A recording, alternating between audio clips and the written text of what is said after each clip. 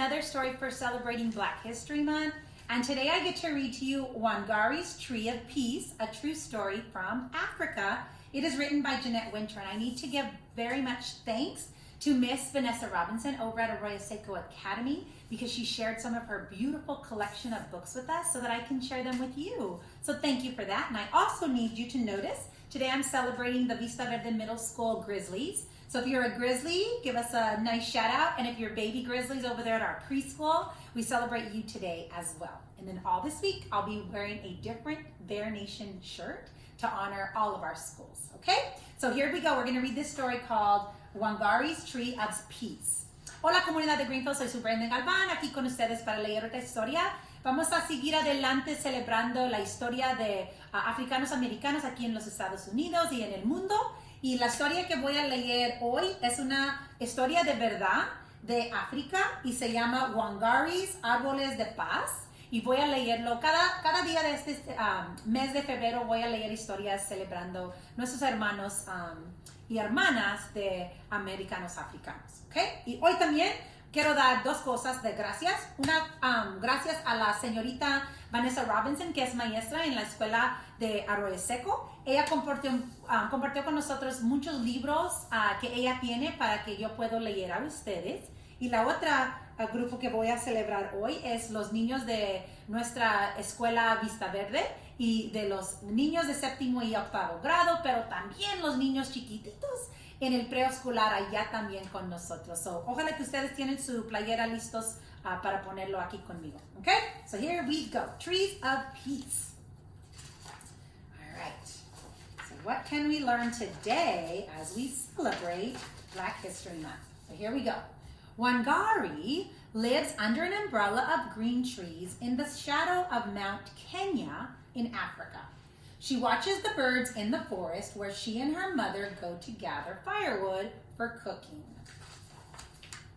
And she helps harvest the sweet potatoes, the sugar cane, and the corn from the rich soil.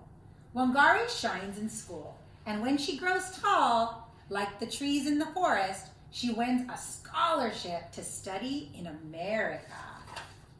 6 years later, her studies are over. Wangari returns to Kenya, to her home, and she sees a change. What has happened, she wonders. Where are all the trees? Someone cut all their trees. Wangari sees women bent from hauling firewood, miles and miles from their home. She sees the barren land where no crops are growing anymore. And where are the birds, she says. Thousands of trees have been cut down to make room for buildings, but no one planted new trees to take their place. Will all of the Kenya become a desert, she wonders, as she fears that might happen. Wangari thinks about the barren land. I can begin to replace some of the lost trees here in my own backyard, just one tree at a time. She starts by planting 9 seeds. Watching the seeds take root gives Wangari the idea to plant more, to start a farm for baby trees, called a nursery. In one open space, she plants rows and rows of tiny trees. Next, Wangari convinces the village women that planting trees is a good thing. She gives each one of them a seedling as well. Our lives will be better when we have trees again. You'll see, we are planting the seeds of hope. The women spread all over the village, planting trees everywhere in long rows, like a green belt stretching all over the land. The government and the men, they laughed. Ugh, women can't do this, they said. It takes trained foresters to plant trees. The women ignored their laughter, ignored them, and kept planting. Wangari pays them a small amount for each seedling still living after 3 months, their first earnings ever. Word travels fast, like wind rustling through the leaves, about the green returning to Wangari's village. Soon, other women in other villages and towns and cities in Kenya are planting long rows of seedlings too. But the cutting continues. Wangari stands tall at the oak to protect the old trees still remaining. We need a park more than we need an office tower. Why are you taking our trees? The government men disagreed with her.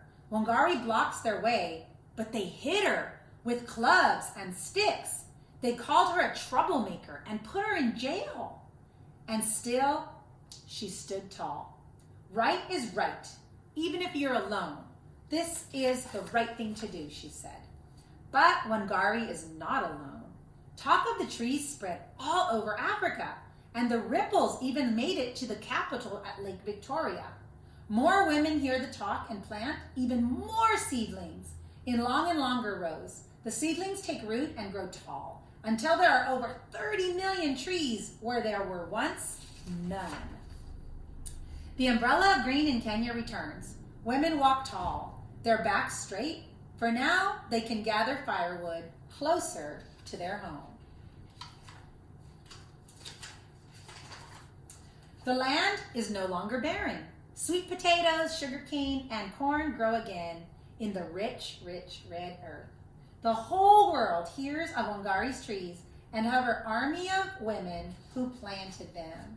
And if you were to climb to the very top of Mount Kenya today, you would see millions and millions of trees growing below you. And the green Wangari brought back to Africa. That's a beautiful story. How about that, boys and girls? How one woman, one person can make such a big difference. When there were no trees anymore, they kept cutting them and not planting them. So thanks for joining me today. This is Wangari's Tree of Peace. And I am Superintendent Galvan from the Greenfield School District, sending a great big bear hug from our family to yours.